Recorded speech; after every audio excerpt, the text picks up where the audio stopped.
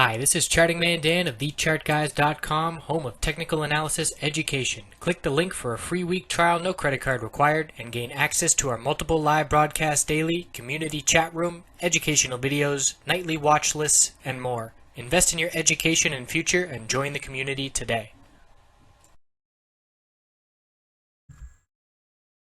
Hey everyone, looking at SPY on the daily and weekly time frame. So we closed right above the middle Bollinger Band support, maintaining that key level. Again, that has held since the Brexit bounce. So that is a very key point, and if we break it, 217.02 and 214.25 are the next two support levels we are looking at. Some increased in bearish volume. We confirmed the bearish reversal candlestick yesterday, and again, it was very similar to August 15th, red day that followed. Similar day here today, and if we lose that middle Bollinger Band tomorrow, we are looking for a potential change in the short-term trend to favor the bears and a normal healthy consolidation pullback. So looking at the 5-minute chart here towards the end of the day, to keep that middle Bollinger Band as support, look at the last 15 minutes.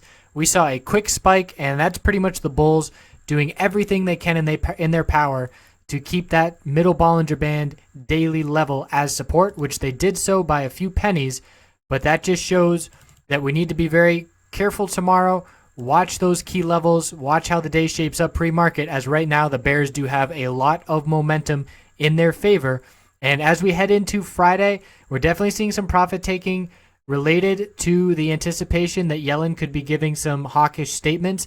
And that, if she does, that will already be priced into the market a little bit. So my feeling is that if we do see a little bit more pullback here heading into Friday, and then if we do get some hawkish statements, it won't be a huge dump catching the market by surprise, as it's already factoring some of that in. So the weekly time frame here, we have a long upper wick, another bearish reversal candlestick on the weekly time frame, 4 in a row, a 5th one this week. If we were to break 217.02, the low of last week, then I would call this a confirmation of last week's bearish reversal candlestick, and 214.89, this 10-week moving average, will be our support. So we're looking at 217.02, which I highlighted on the daily, and then this 10-week moving average is going to be in the low 215s at the start of next week. So those are the first two levels we'll be looking at on any kind of pullback.